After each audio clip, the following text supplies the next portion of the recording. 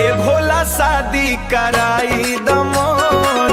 तोरा हर साले डार बोझालत हमरो माथे से हेरा सजई द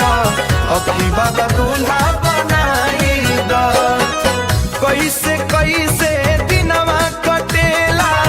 मनवा में उठेला सवालत साथी संगी सब बियाह करैले हमरो कर दहई कुछ हालत सोमवारी के जल चढ़ाइब बेलपतरी लेके थालत ए भोला शादी कराई दमोर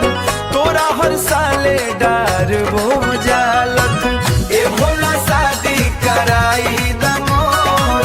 तोरा हर साले डार बोझालत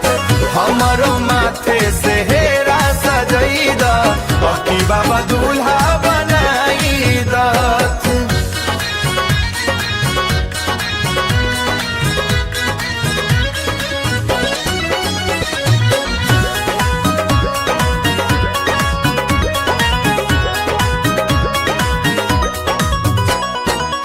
देवघर नगरिया के बाबा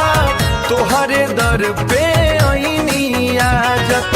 मन के बात बताई भोला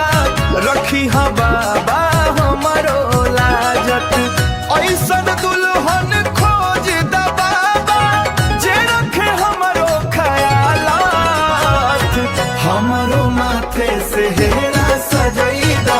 बाकी बाबा दूल्हा बनाई द बाजा बाजी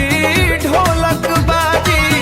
गूंजी आंगन में सहनाइत माई बाबू के खुशी के मारे आंख में आंसुअन आइत नाच गाँव के सारा लोगवा ओखे खुशियों के धमालत ए भोला शादी करा